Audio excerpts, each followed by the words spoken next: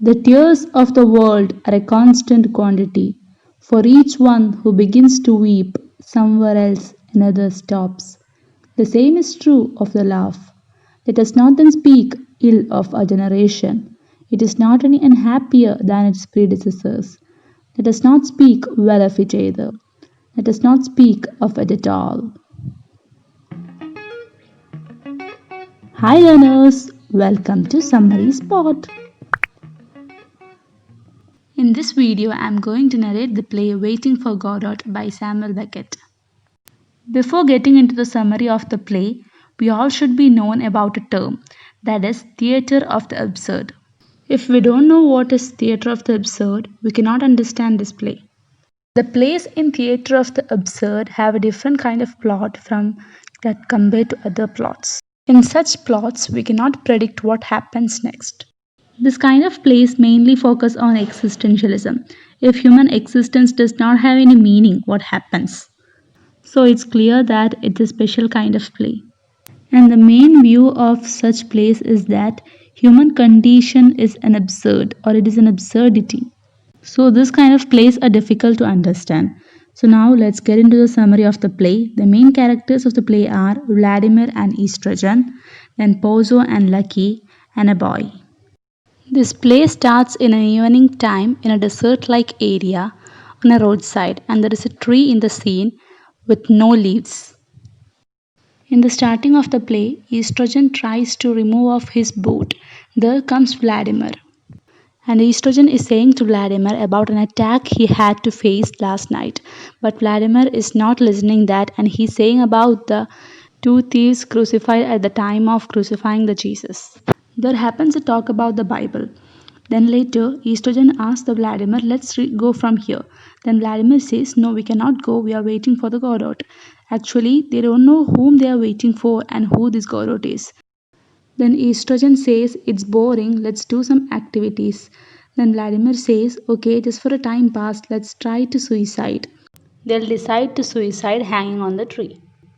Then there, at that time, we can hear the sound of a character coming and we'll think that it's Godot. They also think that it's Godot coming, but actually it was Pozo and Lucky. Lucky is a slave and Pozo is his boss.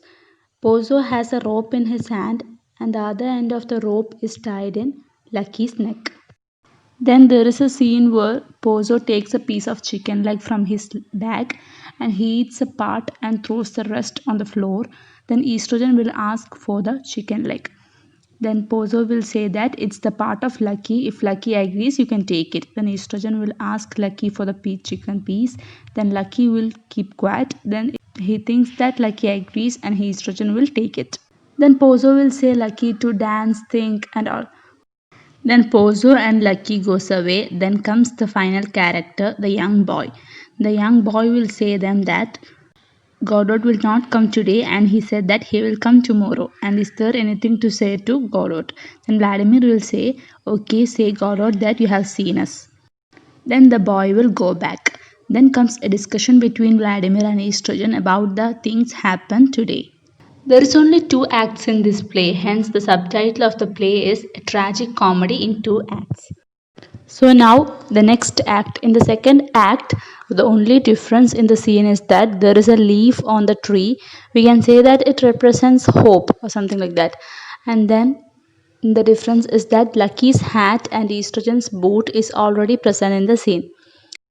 Vladimir comes there happily singing a song, but Estrogen feels sad seeing this. He thinks that Vladimir is happy without Estrogen. But Vladimir says, okay, come on, we can be happy together. And they are happy together. And then they think how to spend today's time. And in this act, they decide to insult each other and spend their time. So they start insulting each other and finally they embrace each other and stop. And there comes Pozo and Lucky. In this act, Pozo is blind and Lucky is mute. Lucky stops while seeing Vladimir and Estrogen and hence Pozo comes and fall down on Lucky. And Vladimir and Estrogen thinks whether they have to help them or not. Then Vladimir and Estrogen decide to help Pozo and Lucky to spend their time. But unfortunately, while trying to help Pozo and Lucky, Vladimir and Estrogen also fell down.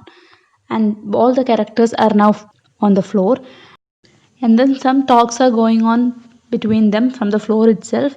And somehow they try to wake up and they wake up. And Vladimir asks Pozo to say Lucky to dance and think as yesterday. And in this act, the speciality is that Estrogen doesn't remember what all happened in the last act, but Vladimir remembers everything. Pozo says Vladimir Lucky is mute. Then Vladimir asks several other questions to Pozo. Then Pozo says, "Don't harass us like this," and Pozo and Lucky moves away from the scene. Then comes again the boy. This time Vladimir at first asks the boy that Godot will not come today, right? And he might have said that he will come tomorrow, isn't it? And the boy says yes to everything what Vladimir says. And they ask about Godot to the boy. Then the boy describes about the looks of the Godot. The boy says the Godot has a white beard and like that. And then the boy goes away. And then Vladimir and Estrogen again tries to suicide. For that, Estrogen takes his trousers string and the trouser falls down. Then Vladimir says Estrogen to put on his trousers, but Estrogen asks, "Why should I take out my trousers?" So Vladimir again says, "I said you to put on your trousers." Then Estrogen will put on his trousers, and then they are saying that Vladimir will say that we can bring a good rope tomorrow and try to suicide so that Godot will come to help us. And then they decide to go, but they stay on their positions itself where the play ends. This is the overall summary of the play. Now let's look at some extra points about this play. The subtitle of the play is A Tragic Comedy in Two Acts. This is the translation of a French work En attendant Godot written by Samuel Beckett itself. The term theatre of the absurd was coined by Martin Esslin. This play was first performed in 5th January 1953. Now let us look at last year questions for net asked from this play. This is one of the questions asked for the first shift. Who makes the following speech in Samuel Beckett's Waiting for Godot? Astrid of a grave and a difficult birth. Down in the hole, lingeringly, the grave digger puts on the forceps.